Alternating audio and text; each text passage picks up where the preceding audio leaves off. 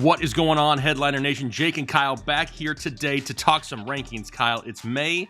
The draft is over. Free agency is over. There's a few dingleberries out there, but nobody that's really going to affect the top of the rankings. So I think it's time that we do some post-NFL draft rankings. We're going to kick it off today with our top 12 overall quarterbacks. As the offseason progresses, we'll get deeper and deeper and deeper. But for right now, the middle of May, we're going top 12 here today, Kyle.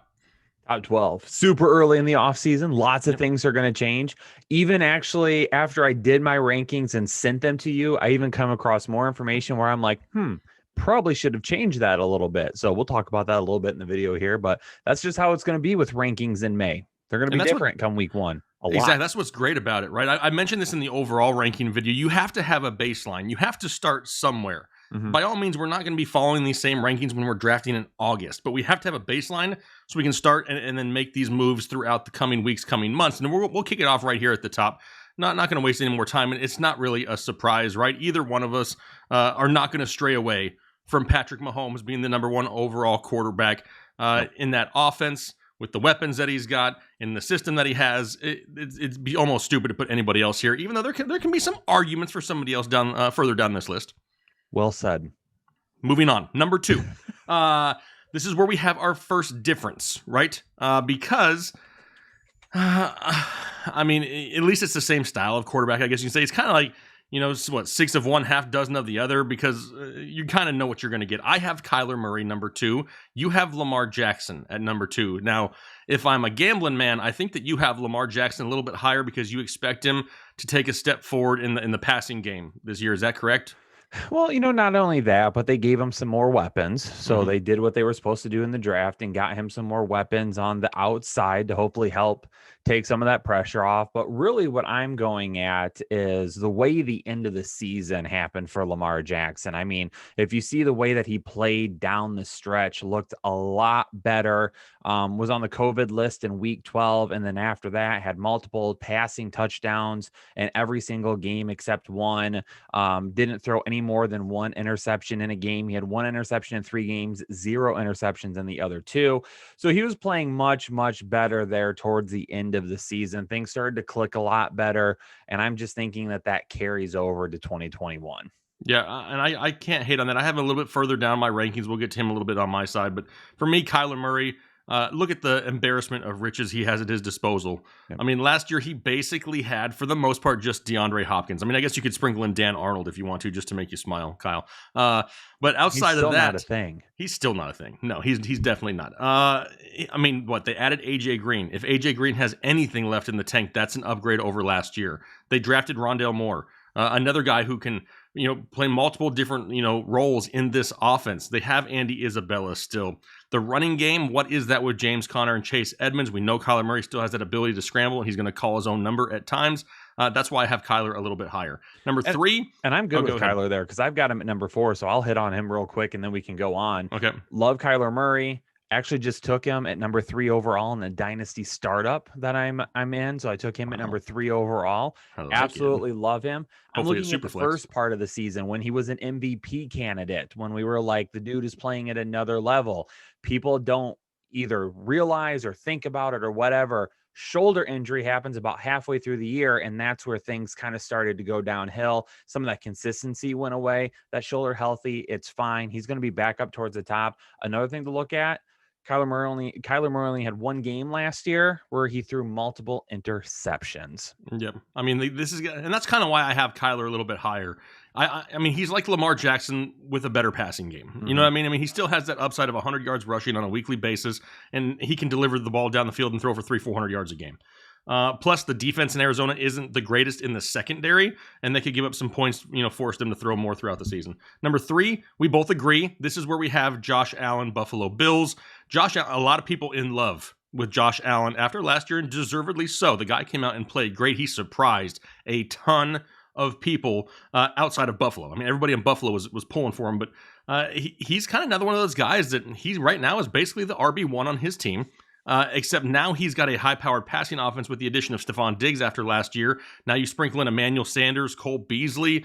I like Josh Allen here once again. I don't think that he regresses much, if at all, here in 2021. Well said.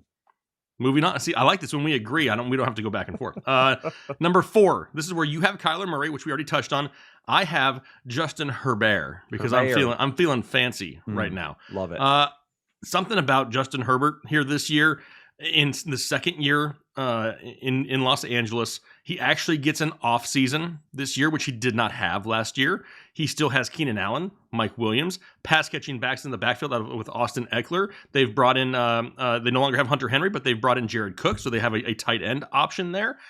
This is still lining up for there to be a very high-powered passing offense, and Justin Herbert went out last year and just set the NFL on fire. I don't see why he can't do the same thing here once again in 2021. I mean, the biggest thing is upgraded offensive line. I mean, he set a rookie passing touchdown record last season with an offensive line that was arguably one of the worst in the league. And now they go out. The Rashawn Slater pick obviously was awesome. They made some moves in free agency to really beef up the interior of that offensive line. This is going to be a much improved unit. It's going to keep them clean. It's going to keep them healthy. And more importantly, going to give them time to throw to those deep weapons in Mike Williams. Absolutely. Love that. Number 5, Dak Prescott. There hasn't been another channel out there that has shown more support for Dak over the past few years. We've gotten some hate over the past few years, and now all of a sudden people understand what we're looking at. The problem is, for me, I have him a few spots lower because I haven't seen him on the field at game speed yet. And that just worries me. Now, if we see this start to happen throughout the offseason, this is why we have the baseline. I adjust the rankings and I bump Dak Prescott up. As of right now, I have him a few spots lower. I have Tom Brady at number 5, and I'll explain that in a minute. But I'll go ahead and let you sell the people here on Dak early. It's really simple with Dak Prescott. He's healthy. We've been told. He's ready to go. We've been told. His defense is going to suck. We know that. Yeah. He's going to throw it and throw it and throw it and throw it. I mean, it felt like he was on pace for about 972 passing attempts last year before he got hurt. The touchdowns weren't there, but the volume is going to be there. And honestly, I should probably have Tom Brady right here too, and Dak back one. Like I said, there was a few guys where I was like, I need to have him a lot higher. And I dipped into a couple of Tom Brady stats and I was like, oh yeah, he's got to be a lot higher than what he is. So dude, I don't have any issues with Brady. He should probably be here for me too. If there's some Kool-Aid, if it's out there anywhere, I have drank it, I guess you could say. I have water. Because Tom Brady at number 5, and it's crazy because the dude is he's not aging like at all. But the offense that he has that has clicked the way that it did the end of 2020, they were damn near unstoppable, and they didn't lose anybody. Now, Antonio Brown's in the news again, but honestly, you take out Antonio Brown, you put in Scotty Miller, Tyler Johnson, and you're going to get the same production. I'm really not overly worried about anything like that. But Tom Brady has the potential to relive the younger years, and it would not surprise me to see Tom Brady throw for 45 touchdowns this year. Yep, I 100% agree. There's a few things with the schedule, we did our schedule stuff last week, and then we did our rankings this week. But as I'm doing the rankings, I did it right after the schedule, but then I was doing some more research and I looked into the schedule a little bit more, and I was like, oh my God, this is going to be such an easy schedule for Tampa Bay. So they have a cake schedule. He's going to have a great year. In fact, I mean, you'll even see it in one of the mock drafts I just did. I took Tom Brady as a second quarterback earlier than I've ever taken any second quarterbacks. I'm like, I just want it because I think that potential is there here this year. Number 6, we agree again, and this is where we both have Aaron Rodgers, the reigning MVP. But does he play in Green Bay? Now, where there's smoke, there's fire, and there's been a whole lot of smoke in Green Bay. And I'm talking not that good kind of smoke. I'm talking about it's not good at all. So is Aaron Rodgers a Packer this year? As of right now, at the time of this recording, he is. So he is ranked according to that. He is number 6 overall. He added Amari Rodgers, I guess. Yeah, he's got something else, I guess, in that offense, but it's going to be the Devontae Adams show. And it's definitely something that we need to watch throughout the offseason, because right now Aaron Rodgers could literally drop 10 spots or bump up a couple.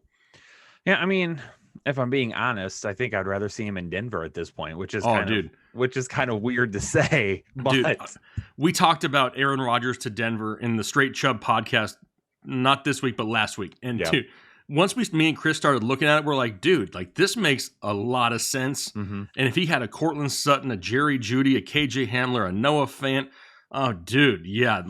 I mean, like bang, you know what I mean? Like it was, it was good. The whole desk tips over. Yeah, the desk almost tipped over. And yeah. I mean, the only place that Aaron Rodgers is probably ranked higher right now is Jeopardy host. I can't really go too much higher than this because I do think they're going to run the ball an awful lot. There is this kind of media circus right now. Does it affect the end season?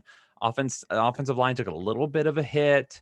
I mean, obviously he's going to be good again this year. I'm definitely not as low on him going into this year as I was last year because he was much more consistent this year. And that's what I would rather like to see. So I think 6 is a good ranking for him. It's a good round number, a good even number, right? Good spot. Yeah, good spot. I mean, we can adjust it here or there. Yeah. Number 7. This is where you have Justin Herbert, who I had at number 4. And this is where I had Lamar Jackson, where you have him at number 2. So for Lamar Jackson, for me, I'm still not 100% sold that even though you're throwing pieces in there to boost the passing game, that it's going to take that big of a step forward. And if they continue to try to force the issue and force him to throw and it's not successful, I could just see some of those games like we saw in 2020 where he's going to average right around 18, 20 points. It won't be bad games, but it won't be those high ceiling games that you really, really wanted and expected last year.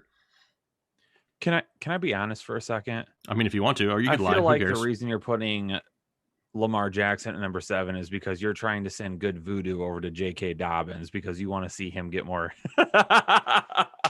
You got me. Obviously, I'm kidding. You would never do that. But it's funny because I know, and I like J.K. Dobbins too. I'm not saying that I am not a J.K. Dobbins truther. When we were at the combine, we both agreed that we absolutely love this kid, even more so after he fell into Baltimore's lap. But yeah, no, Lamar Jackson, I think he's one of the guys in this top 10 that you can see with maybe the widest range of outcomes, really. I mean, it could either be that bounce back to his MVP performance, or, you know, we're going to see him tumble down fantasy boards this year because he's just not as consistent as we'd like to see in the passing game. Yep, agreed. Moving on to number 8. This is where I have Dak Prescott, so this is where I've dropped him down those few spots. This is where you have Russell Wilson. So Russell Wilson, I'll talk about here in a second because I have him actually at number 9, so it kind of transitions right into it. How much do we see Seattle really want to dive into the run? Do they do it enough to where they say, hey, we're not going to let Russ cook on a weekly basis? And he's going to have those big games. He's going to be efficient, but they're going to be inconsistent. It's going to cause gray hair and hair loss, and I can't afford either.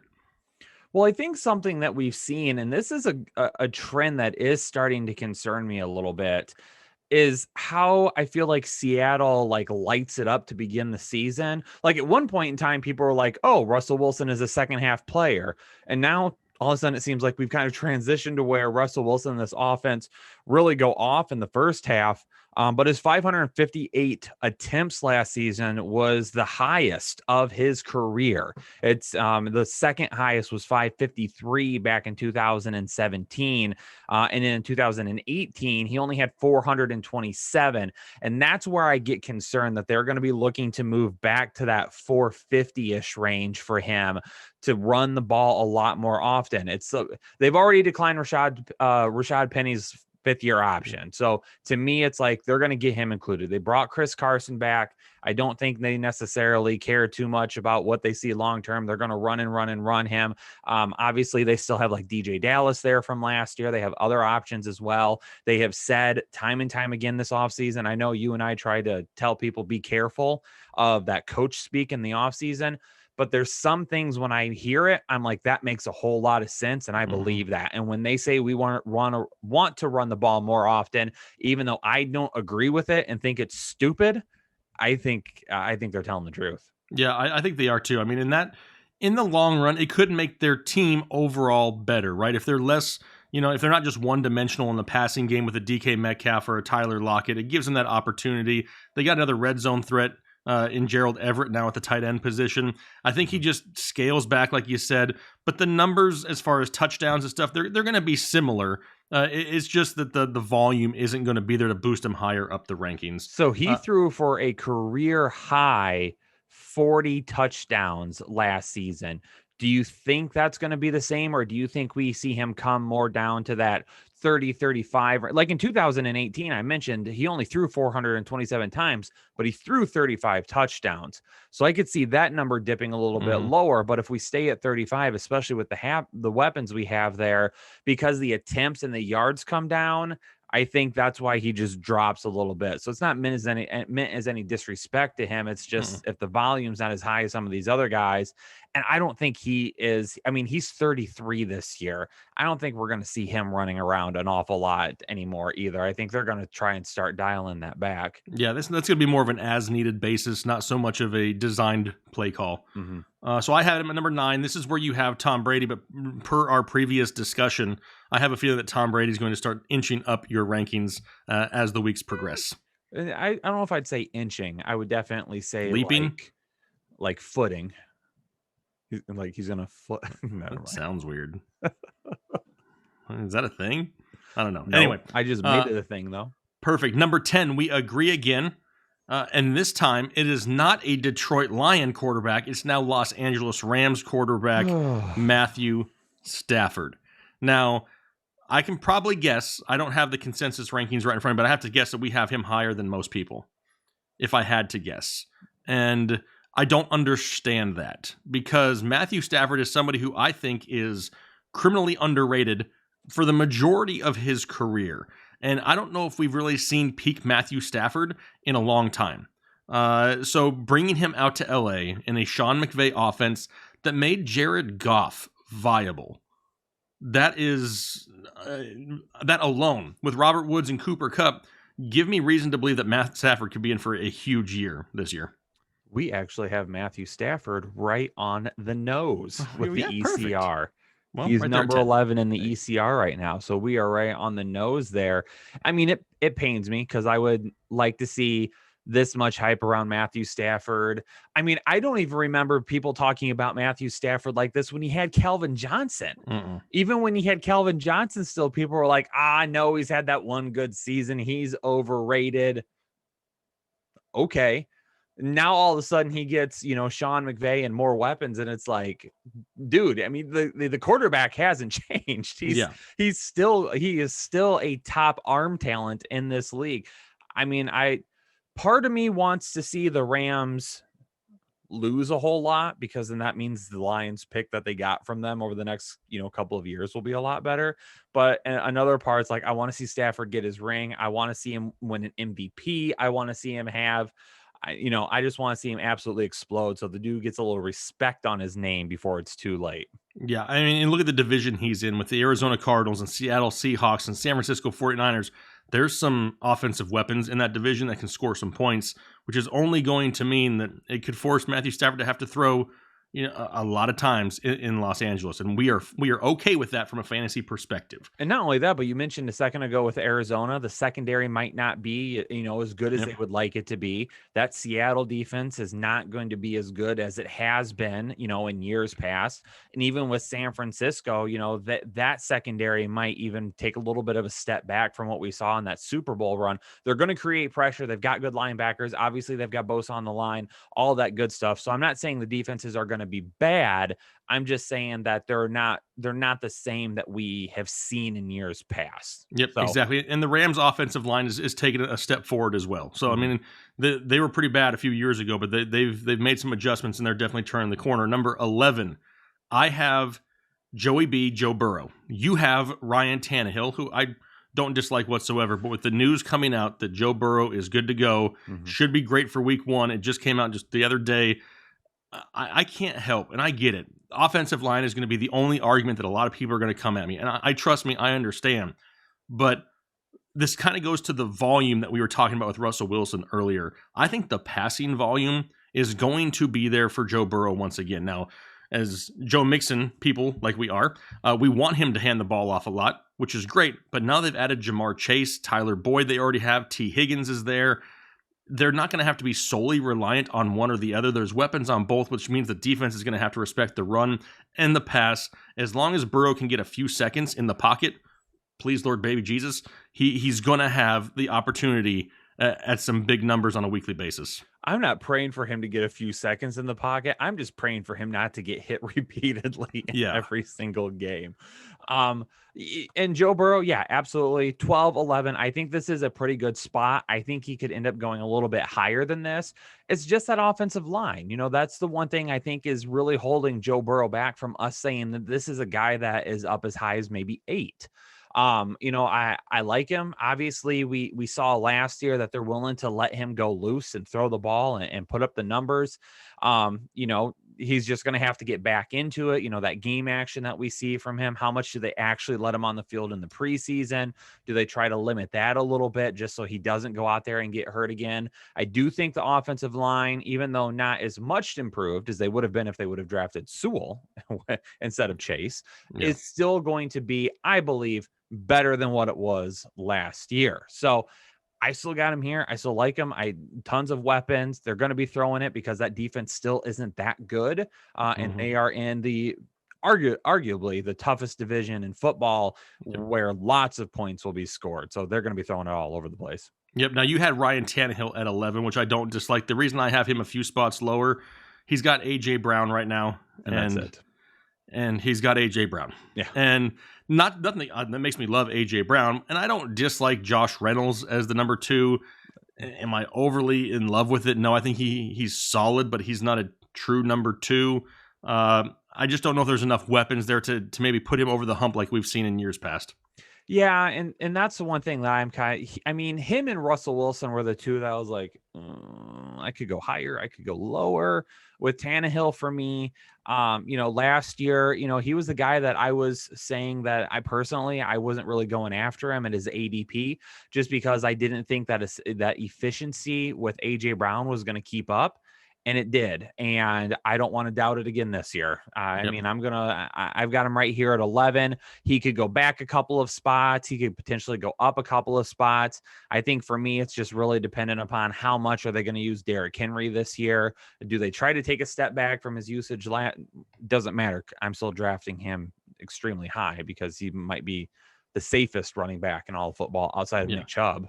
Yeah, I don't need him to run for 2,000 yards. It'd be great if he did. But, I mean, if he goes out there and runs for 1,410 touchdowns, are you disappointed? Probably not. No. All right, let's round out the top 12 here. The last one I got at number 12 is Jalen Hurts. This is where you have Joe Burrow. We've already talked about him. For Jalen Hurts, he's another one of these guys that he can go a few spots higher. He can go a few spots lower. Now, he's already come out and he sounds like he's motivated that even though Philadelphia continues to make mistakes and not act like they're dedicated to him, he seems like he's got that chip on his shoulder where he's going to go out and prove it. And we saw it last year, right? This guy is another quarterback who has the potential on a weekly basis to get you 100 rushing yards or 300 yards passing. He's in that category. They've added Devontae Smith. Jalen Reagor is back and healthy. Dallas Goedert is there as another option.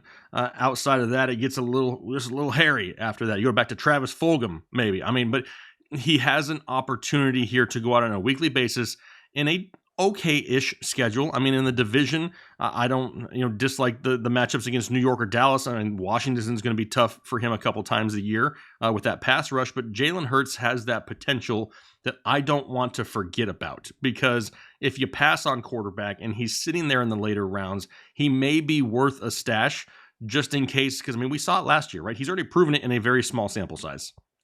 My concern with Jalen Hurts is that people are going to overdraft him excited for that rushing ability. Yes. And they're going to be like, oh, it's going to be like what Lamar Jackson has done or what we've seen from Kyler Murray or even kind of like Josh Allen. But all of these quarterbacks have superior arm talent. Yes, even Lamar Jackson to Jalen Hurts. I don't think Jalen Hurts is a bad quarterback. I think he is an inconsistent quarterback. I mean, in the stretch of games to end the year last year, he barely completed 50% of his passes. Mm-hmm. That scares me. Now, they do have Smith now, which is obviously a great upgrade, but it sounds like they're probably going to lose Ertz. Ertz hasn't shown up to anything at the facility yet because he still believes he's going to be traded. So he's not even showing up. He's so you lose a weapon there with that. So for me, it's just, I don't know if I can trust Jalen Hurts. I think he's going to be inconsistent. And part of it is, too, you've got a coaching staff that is coming in that did not draft or was not a part of the Jalen Hurts draft process.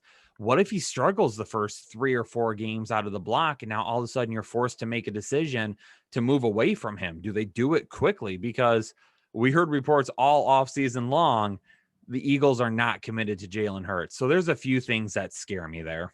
Yep, I understand 100%. But this is where we like to be interactive again, right? Because we want to know what you guys think out there. Once again, this is May. These are baseline rankings. This is to get you a good foundation that we can change here over the coming weeks and the coming months. If May rankings butt hurt you, you take this maybe a little bit too serious. Slow the roll a little bit. Just pump the brakes. Calm down. Yeah, that's right. Just calm it down a tad. Listen. Do I need to get swag? No, we do. No. Okay, he's busy. What are you doing? That's stop. Jesus. Can't take that guy anywhere. Anyway, we want to know what you think down below in the ranking. Maybe you see things a little bit different. Maybe you have some information that Kyle and I have overlooked or we've missed, and we can together as a community put together some solid rankings, because that's what it's all about. Not going out there and just following what everybody else does and cut and pasting rankings all over the place because people are too scared to try to put together an opinion. If you got one, put it down below in the comment section. We would love to try to help each other come to the conclusion of great rankings, because we all want to dominate here in 2021. But we look forward to seeing those comments. Hopefully you guys have a great rest of your day. For myself and Kyle, make sure you're looking out for all the other rankings videos. We're going to be doing one for each offensive position. So make sure you go watch all of them, because they're all going to be entertaining and fun. Right, Kyle? Watch them, baby. All right. You guys have a good rest of your day. We'll talk to you later.